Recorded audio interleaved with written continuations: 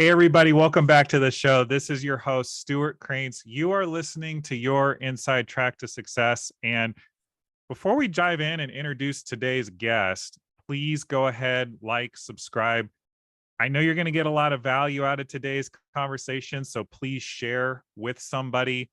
There is no cost of admission to this show, but sharing the information that you're getting, sharing the ahas, sharing the value that you're receiving helps us grow the show, gets it in front of more people, and quite honestly, just supports others in creating the lives of their dreams, which is what this show is all about. So, today's guest is somebody that has been a very influential part of my life for several years now. She is a small business coach. She is an energy worker. She is also just an amazing coach overall and has done an amazing job over the years pulling my head out of my butt from time to time when I've needed it. And so as someone who has been a mentor figure in my life, I wanted to have her on the show. So Ariana Ulloa-Olavarrieta, thank you for being here. I hope I got it. I love your last name. It's beautiful, and it's just one that I have always struggled to get right. Could you do it Oh, one time oh, for the you did it audience? perfect. You did it perfect. Ulloa-Olavarrieta. Oh, I love that. So I would love to kind of kick off this conversation. I know that you work with small businesses, with local entrepreneurs, helping them get their businesses up off the ground. And most of the people that listen to this show have dreams, have goals, have ideas often for businesses, and they don't know where to start. So, how did you get started doing the work you're doing? And we'll go from there. Well, first and foremost, thank you for having me. I'm super excited to be here. Um, so I started my journey of supporting small businesses as a banker. Mm, Um, when I graduated college, I went to work for a large bank, bounced around a few different positions. But ultimately was supporting small businesses in the financial piece of their business. mhm, And I loved the aspect of being a partner with them. It was first, it was just starting off as far as making sure that they had the right products and services financially to, you know, be successful. And then it kind of grew into clients reaching out to me to ask for my opinion on things that we're looking to do in their business. If they were looking to branch out, if they were looking to reduce costs. And over time, I realized that that was my favorite piece of it. mhm, Not so much the sales. And so I got the opportunity to jump into a pilot program. It was through the Small Business Development Centers. It's a national organization, and they were looking to pilot a Latino center specifically here in Ohio. And so they asked me if I was interested, and I didn't. When I applied for the job, I didn't really think I was going to get it, and I waddled into the interview 7 months pregnant and talked through like my vision for what I wanted to do for, of course, Latinos in our community, but also anyone. Because yes, we were the Latino Small Business Development Center, and anyone could walk through our door and we would support them with services, with one-on-one consulting, with connections to the community. If they need an attorney, if they need a CPA, and so that moment was really what got me on track, to do small business coaching. And since then, like 15 years ago, some aspect of my job has been the one-on-one piece because it's my favorite. It's to be in the journey with an entrepreneur as far as what's working, what's not working, figuring out what lights them up and what else they could do in their community is what I love, like it's living the American dream. Mhm. Yeah. Here's a question for you. With all of the I think media coverage of the economy, the inflation being what it is in this day and age, and I think families may be feeling the squeeze more than ever, at any point in our history. Speaking of the American dream, in your opinion, is it dead or is it just something that we get to work harder to achieve? Yeah, it's never dead.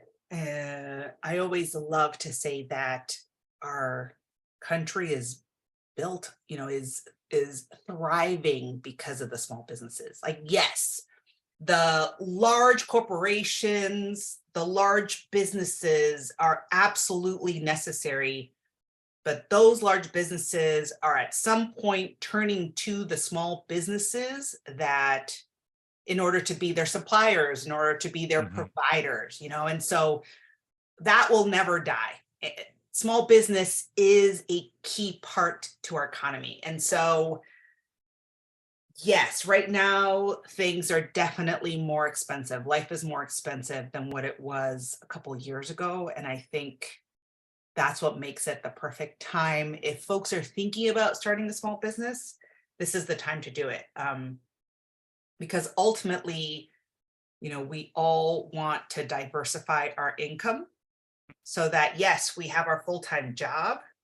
And regardless if it's something that you love, like I love my job, I love what I do, and I have different streams of income because, just because I love my job doesn't mean that's the only thing I love in life. So, what else am I Sure. passionate about that I could make money off of, like here and here, and so that if one of those streams of income go away, you still have other things that you're working with. And so, you know, it's never a bad time to start. Yes, it might be slightly more expensive to start it now than it would have been, when interest rates were much lower, but it's Mhm. also not impossible. And get started, dip your toe. If you don't want to dip your entire foot, dip your toe in the water to see what's possible.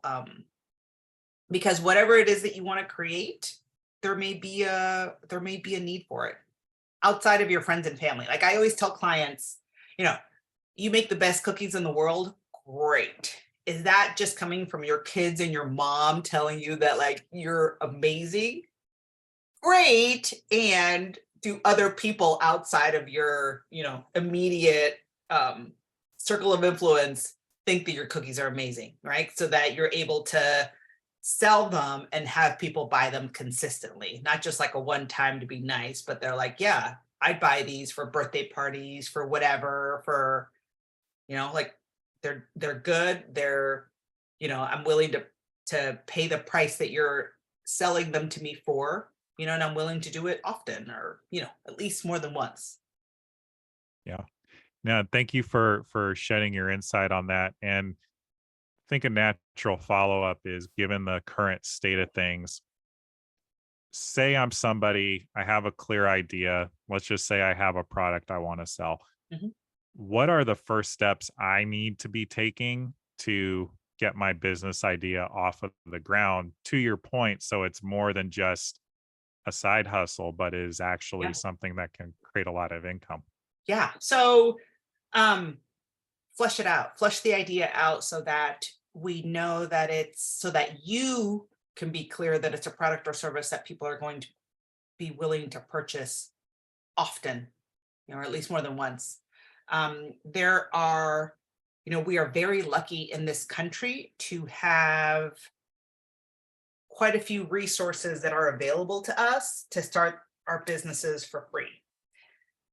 There aren't grants. Like I am always the bearer of bad news for entrepreneurs. There aren't really grants out there to start your business, unless you're agricultural or super high tech.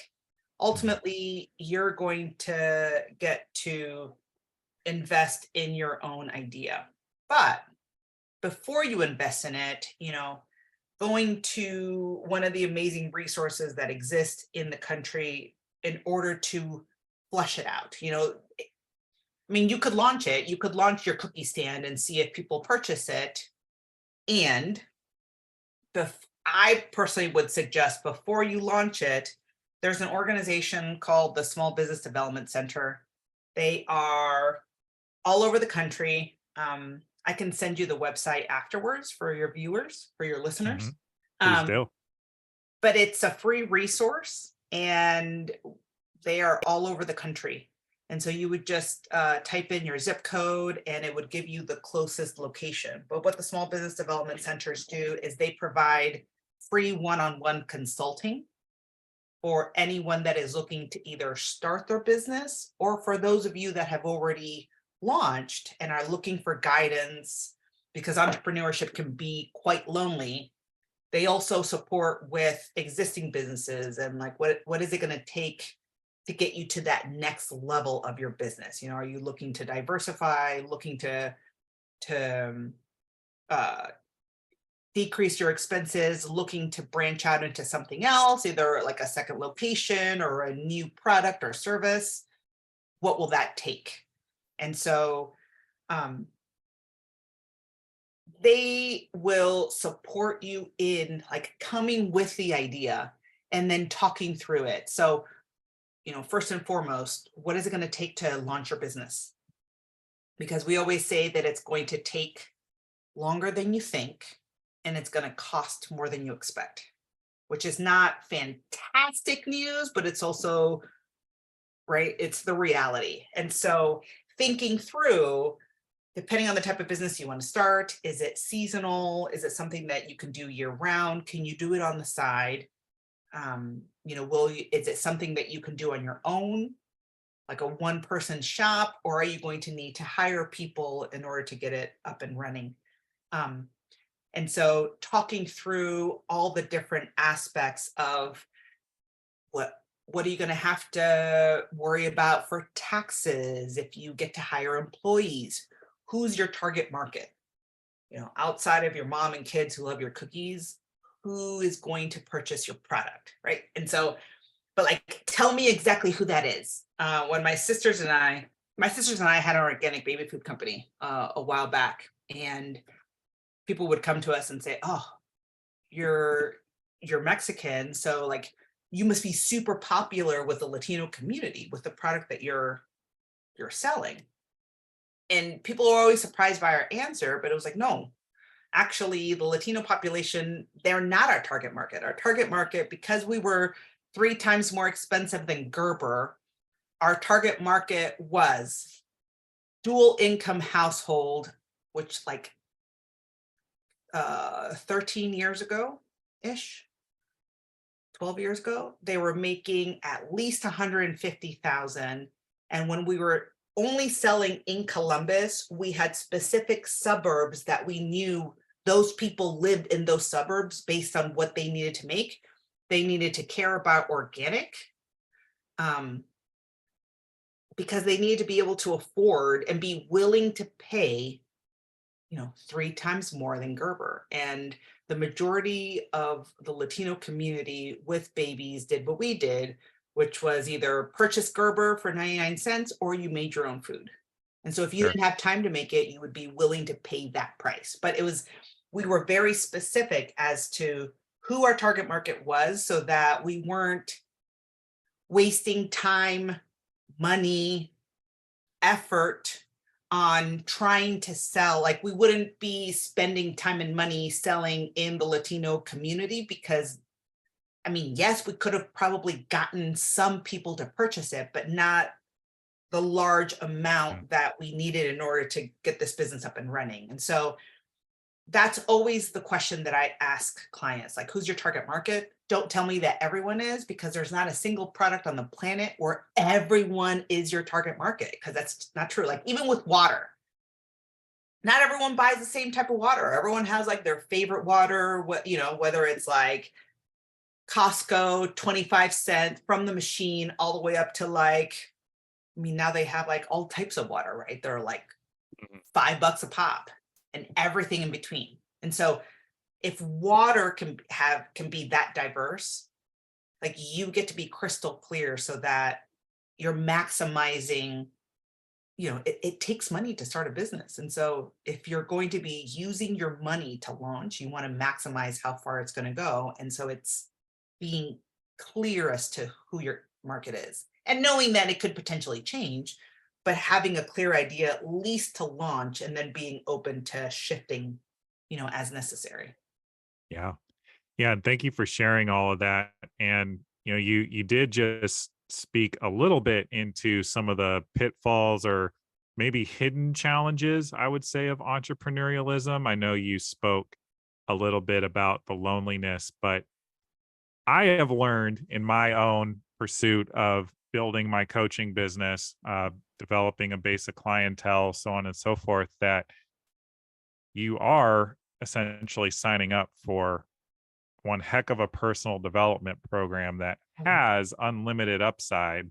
but you're blessed to always be responsible to and answering to yourself as to why things don't get done. And I'm wondering if from a pure like psychological checking in on yourself standpoint, what you think are the biggest things that people overlook when they're looking to start a I business? mean, how long it's going to take and how much it's going to cost.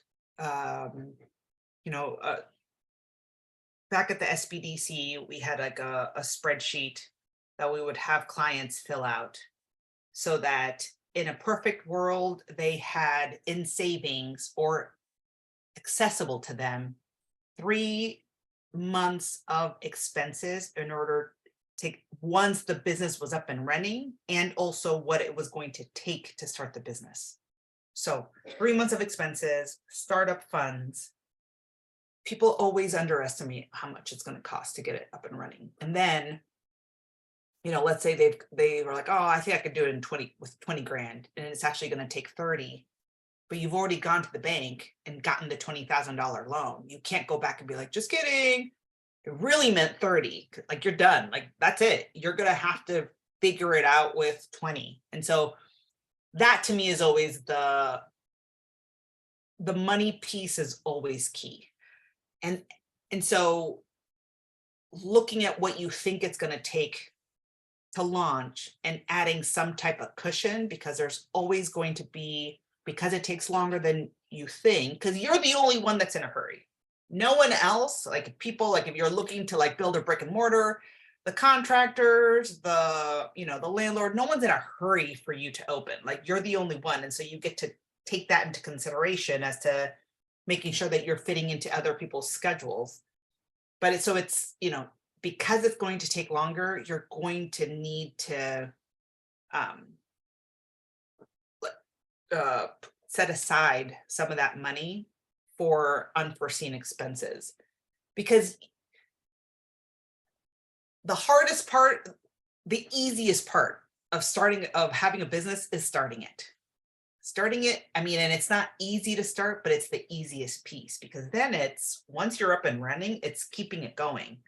Right? Like, how are you going to consistently bring in income so that you can pay your expenses, so that you can pay yourself and keep going month after month after month? And as you grow, what does that look like? And so, in order to have the best chance of success, you get to launch like with a solid foundation. And so, and speaking to a little bit what we talked about, like the loneliness of it, it's surrounding yourself with people that have either been through it or are in it. So that, because no one really understands entrepreneurship if, you know, except other entrepreneurs. Um, Right. you know, I, as a banker, had a solid idea as to what that meant, but it wasn't until my sisters and I were in business and paying employees first before paying ourselves that we really had an understanding. It's just different, right? Like one is book knowledge and the other is in it, being crystal clear as to what it's going to take, and sometimes not having the answers, but getting to decide things that are going to ultimately, um, um, like determine where your business is going to go, both good and bad. And so for me, it's always been super important to surround myself with people that, even if it's just a listening ear, to say, this is what I'm experiencing. I'm frustrated. I'm scared. I'm excited. What are the blind spots? What blind spots am I not seeing that maybe you can see, so that I have the best chance of success, And so I've always suggested to clients, surround yourself with almost like an advisory council. Have a CPA on hand that's going to, taxes are key. Like, you can't even get out of paying taxes through death. So make sure that your taxes are current at all times. So have a solid either CPA or bookkeeper. Have an attorney on hand that will be able to support you with any type of legal questions, so that no one wants to pay the attorney up front, and you don't want to be in issues because you were like too cheap to pay for an attorney and did it yourself at the beginning. And then you have all these like loopholes in your contracts. And then a business advisor, and then other entrepreneurs, like that. And so if you can get them in a room, quarterly, semi-annually, even annually, to touch base with them on like, this is what I'm seeing in my business. What are my blind spots? What am I not seeing? What do you suggest? And that's why there are so many like entrepreneur networking groups, Mhm. because it's important.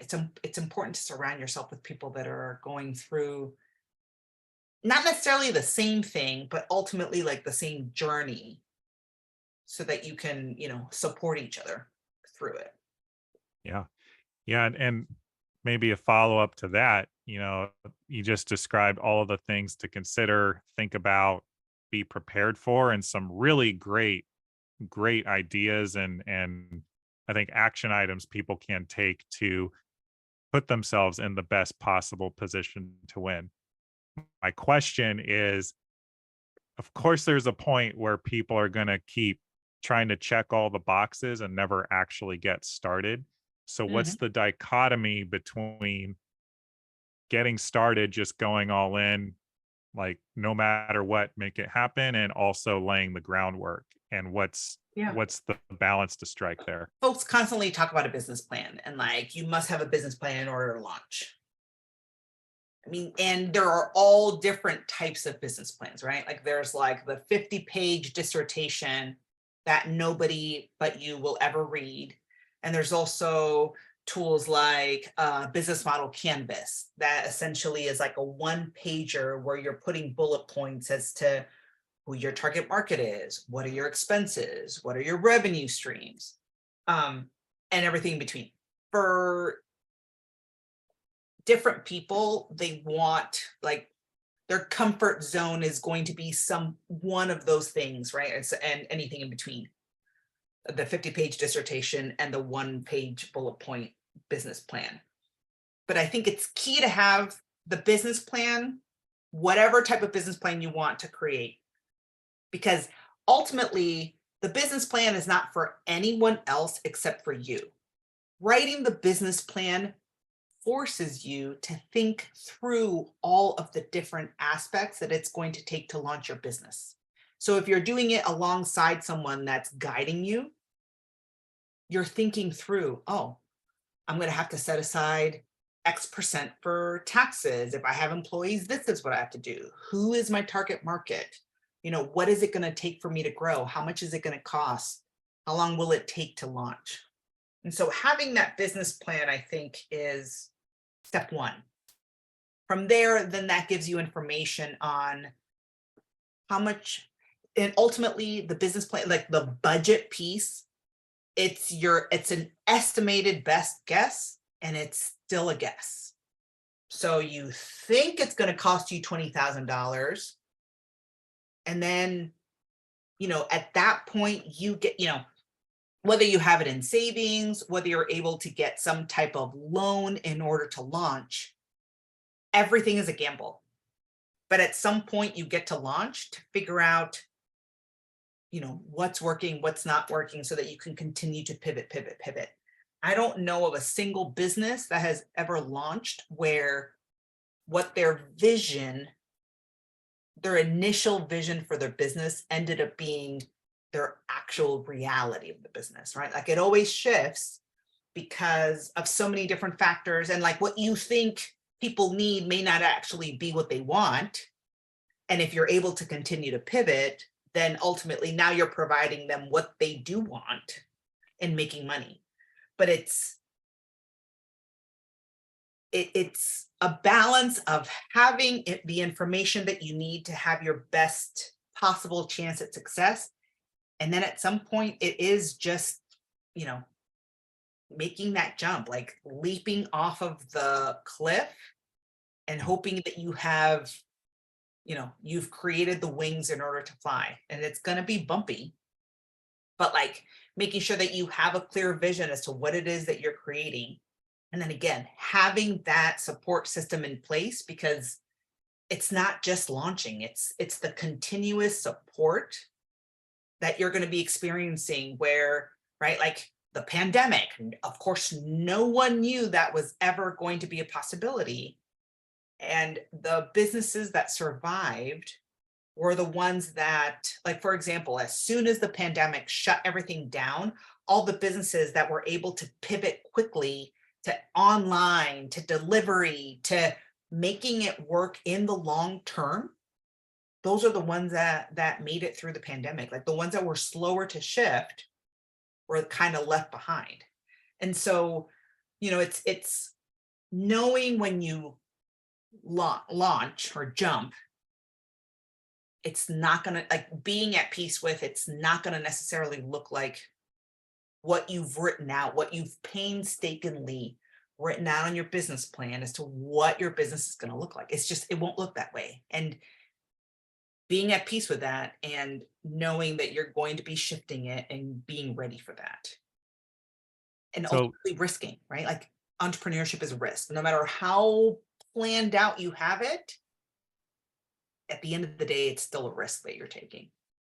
yeah, and it's definitely also just a parable of life. Like if we want anything like a relationship, you get to put yourself out there. If you want to, have a stronger relationship with your family, you get to show up a certain way. And it often comes back to trust, I find, no matter what the goal is trusting that the actions we are going to take are going to be um, rewarded in the way that we want them to be, hope they will be. Whether for entrepreneurs, it's probably a combination of financial gain and also impact as well. Yeah. Something you mentioned that I thought was fascinating that I want to go back to is the idea that the initial intent of the business can shift over time. Mhm, And as I go through with my coaching clients, this happens all the times with goals. mhm. Set a goal, go for it. They're going for it with everything that they can. And it just no longer feels aligned or due to necessity gets to shift. And Yeah. so I'm curious, what are your thoughts on that process? And what's the difference between shifting a business or shifting any goal really and choosing to just quit it outright? Working with the businesses that I have, some have shifted from, you know, there's like, for example, I have a client who makes gourmet pops, like popsicles. Mhm. That's Um, awesome. yeah. And so, and what they've gotten to shift is, you know, here in Ohio, you can only really sell for a specific time of the year. And so what is possible outside of that time? So like in dead Right. of winter, what else is possible?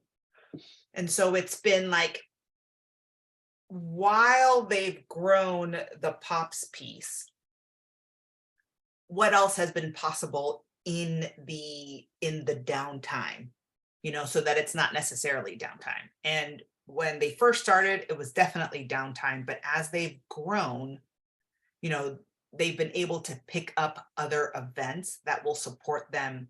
And it wasn't necessarily what they envisioned at the beginning, but, because they could have also decided, kind of like the landscapers. Some landscapers, it's during landscaping season, and as soon as frost hits, they're done.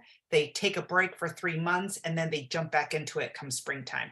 Others, come in and do snow removal. Like it's not, and that one is more of a necessity, right? Like people that go into landscaping because they love gardening, they love like what it creates.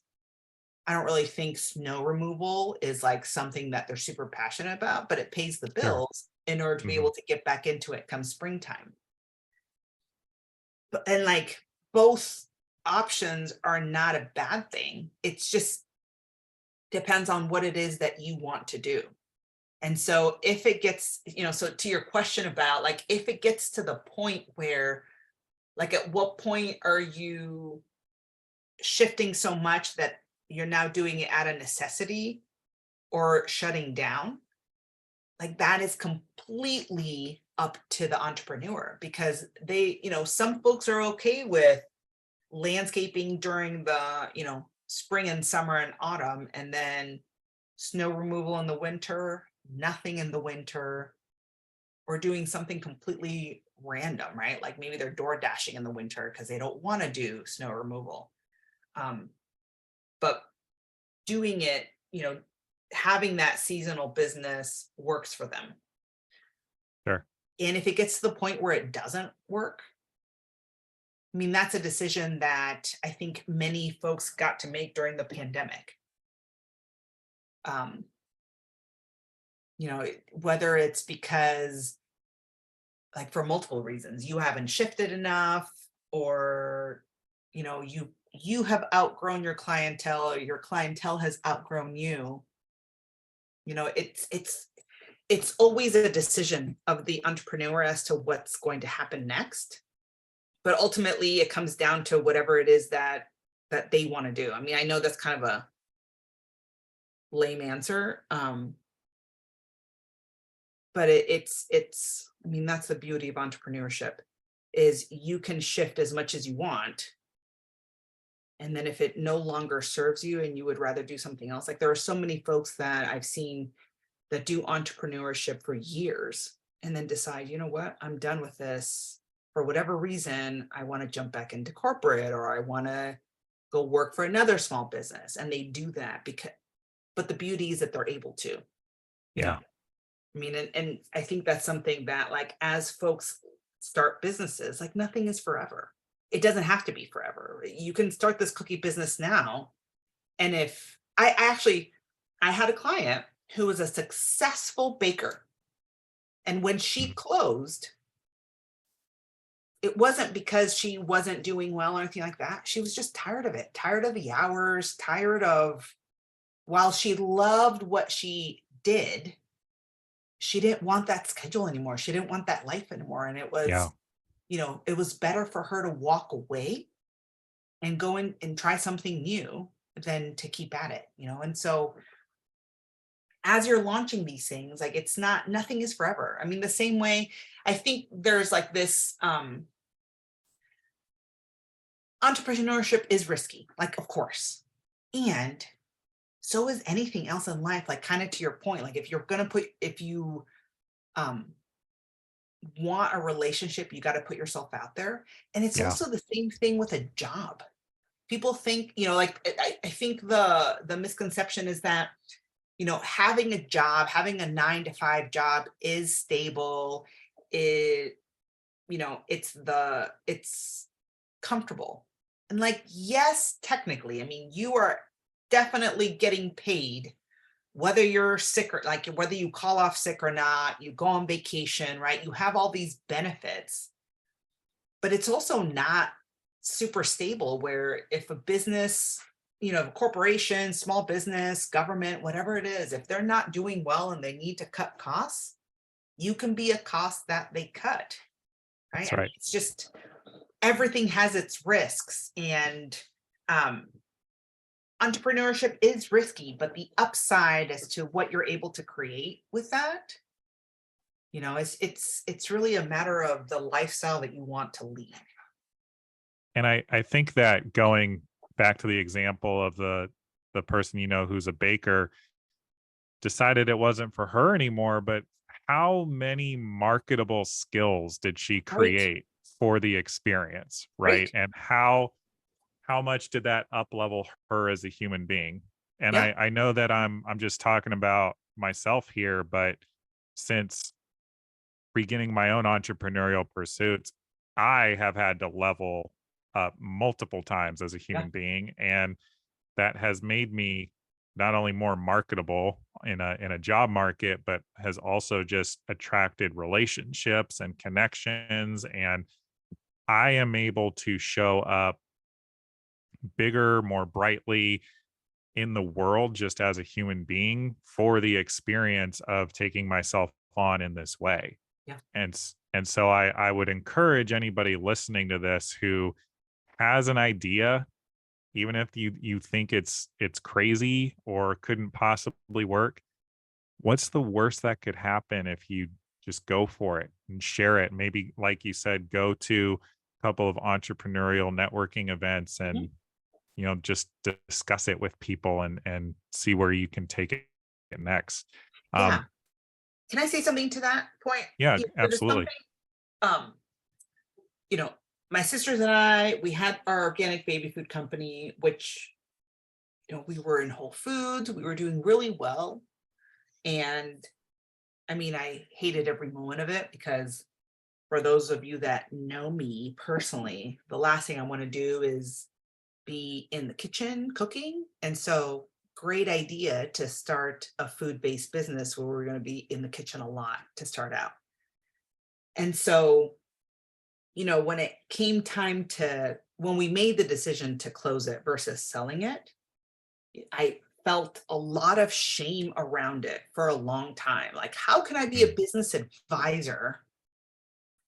Right. This was my side gig, this organic baby food company. And I felt so much embarrassment, shame around having made the decision to shut it down.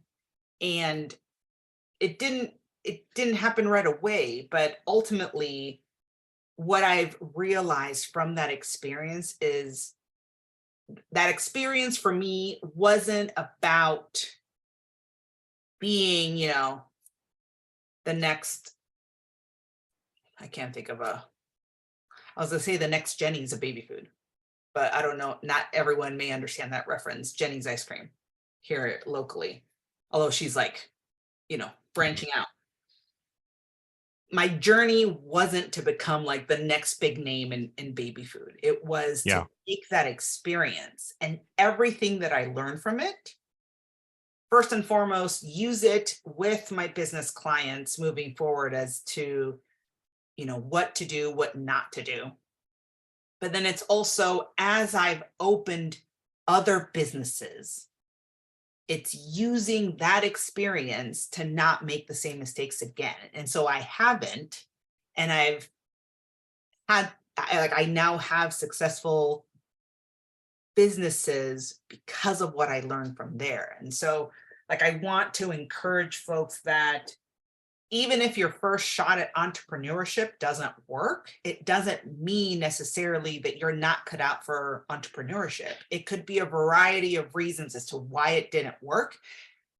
And if you want to try again, try again. Like, take what you learned from that experience and use it to your next experience, or if, like, like, see what you said, like if you're going into something else and like all of this experience, all that you can then use to, in a job that also works.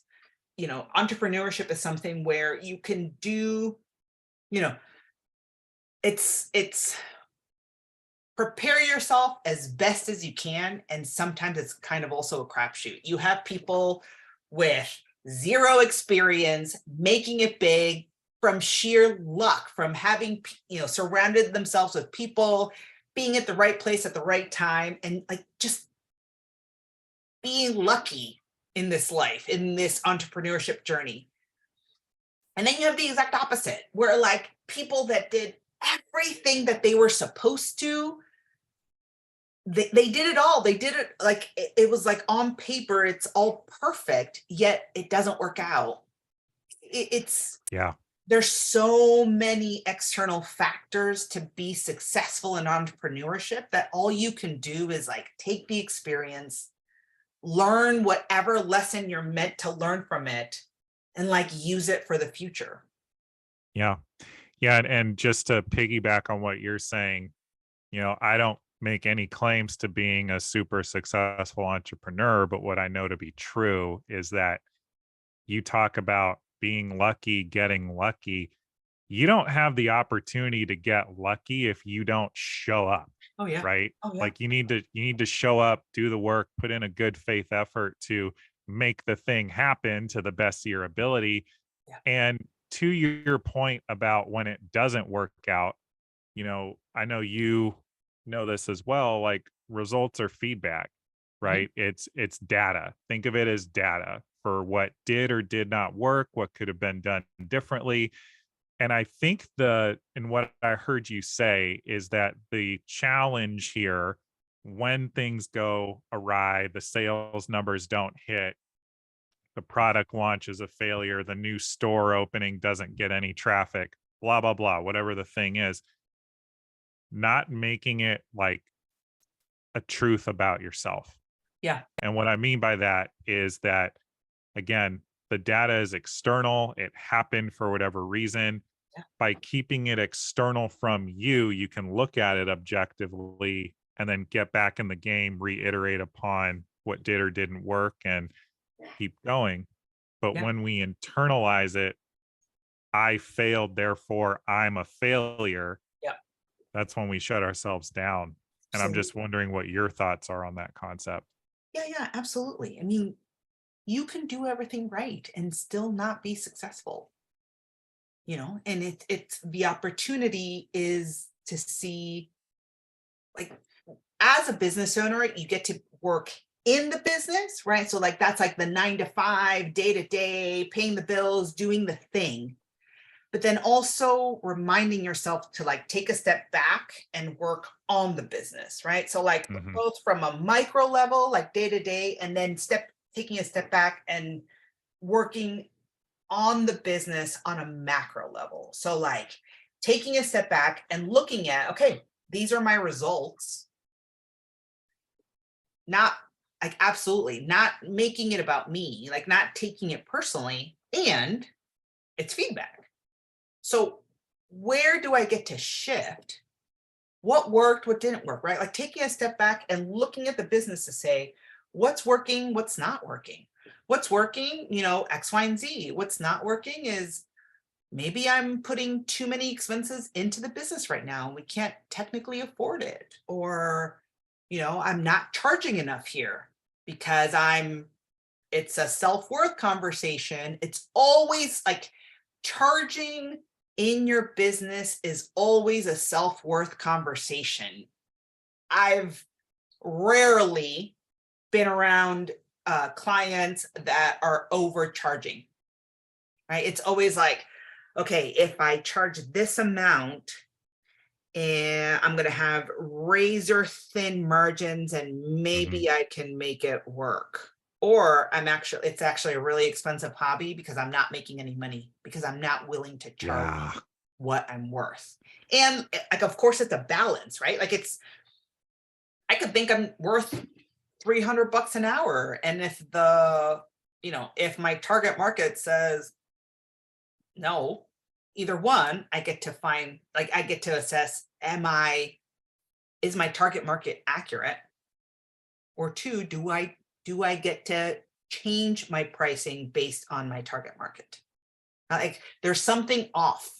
And that's the feedback. That's like taking a step back and saying, is my target market accurate? Is my pricing accurate? are my expenses, what do I want to pay myself? What else do Mhm. I need?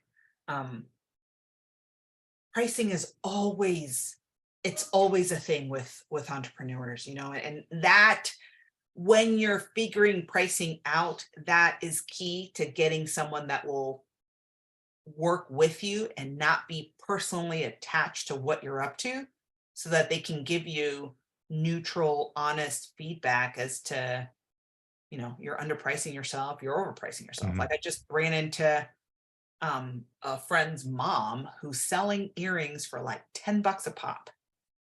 So, I mean, you start going through expenses. I can't believe she's making any money. She's Yeah. at best covering her expenses at best. And so, like, if that's what she wants to do, like, this is just a hobby where she enjoys doing it. And as long as all of her expenses are covered, she's at peace. I mean, fine. And, talk about not valuing your time, your worth, you know. So, how do you coach your clients around the self worth conversation, particularly for the folks who are charging themselves? So, I should say, so how do you coach your clients on overcoming that self worth conversation when they are charging way too low for their goods or services? Yeah. Um, I mean, it's sometimes it's one conversation, sometimes it's multiple conversations. Usually, first and foremost, I have them look at it just like from like completely analytically. Let's go through your numbers, let's go through your expenses and tell me what it's costing you to have your business. So, what's your break even number? Not counting paying yourself. And then from there, how much do you want to make? Adding that in and then factoring the price.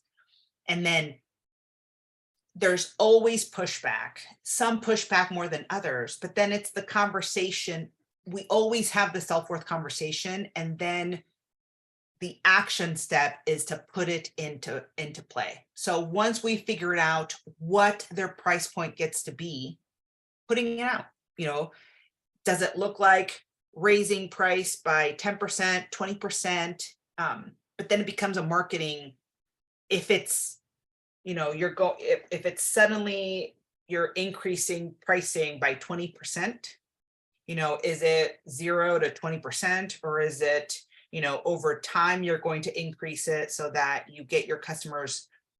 It depends on the business, right? Because if it's something where you're like producing something consistently and suddenly you're increasing your price for everyone, that's kind of more of a gradual step versus if you're doing something like consulting where you have your existing business, your existing clients at this rate, and any new business that you bring in, you're bringing in at the new rate.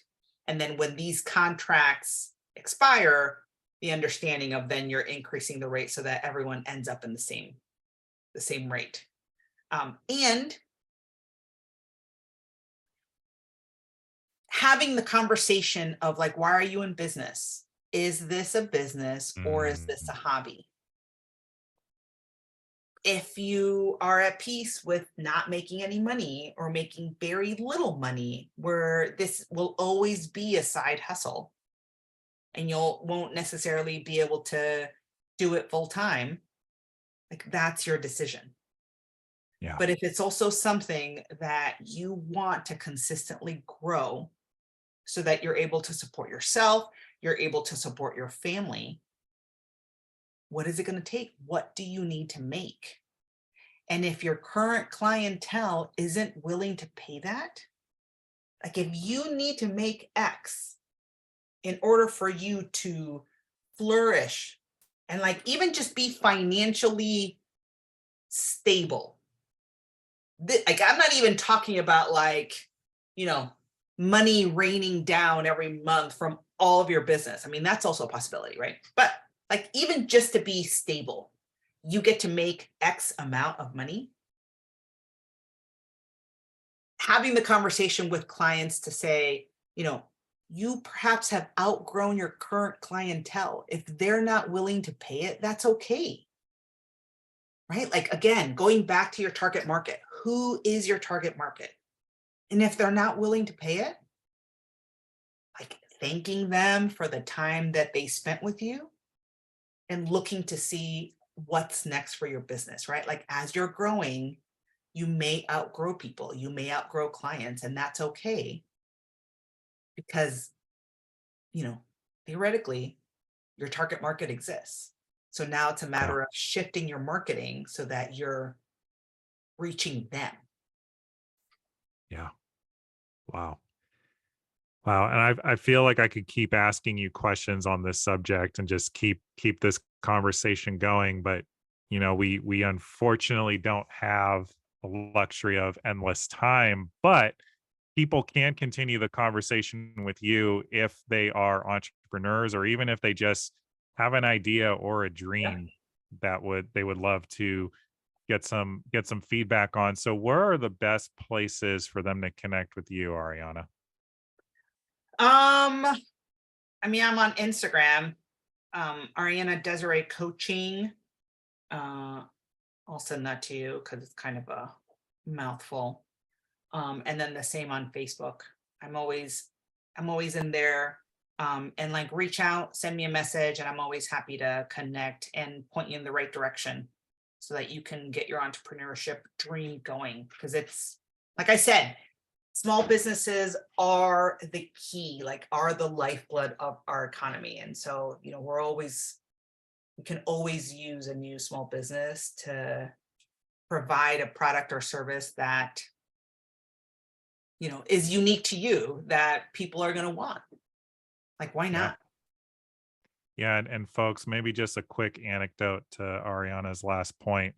When I worked at the New York Yankees, we all had these really nice magnetic name badges that had the Yankees logo, the classic NY, and our first name.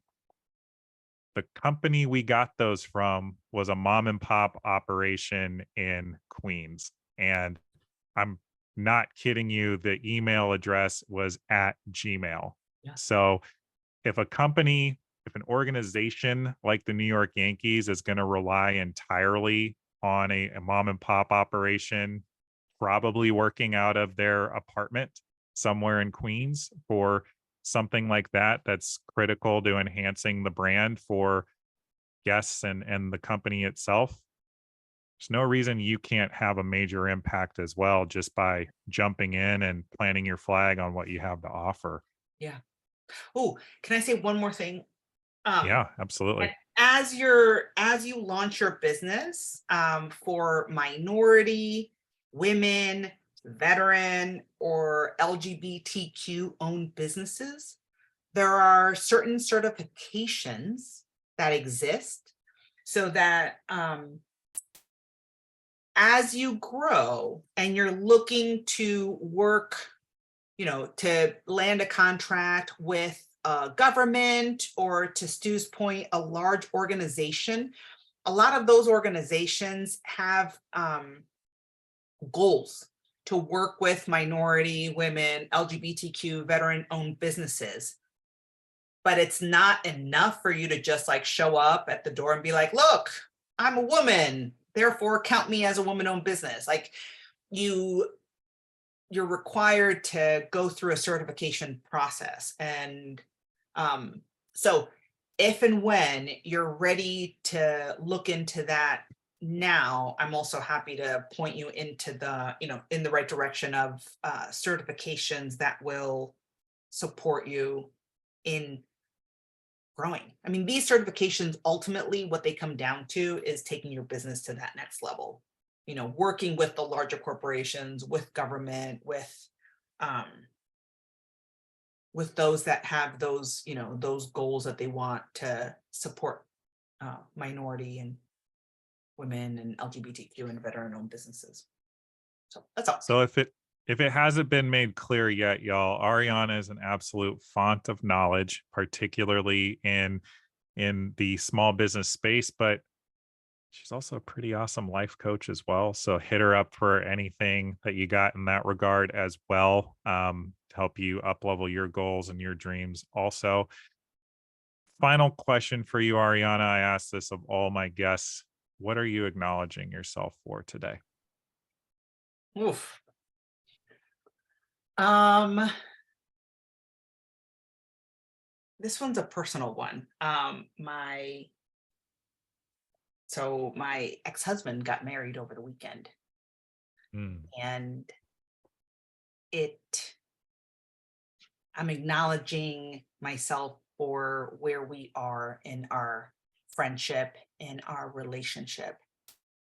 I'm remarried, he's remarried now, and we have both found the relationships of our dreams while also maintaining a friendship, because it's important. I mean, we were friends before we got married, and we now have kids, and we will always be tied to each other.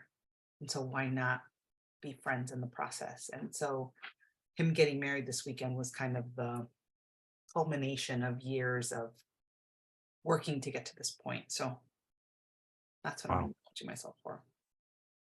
I love it. Thank you for sharing that.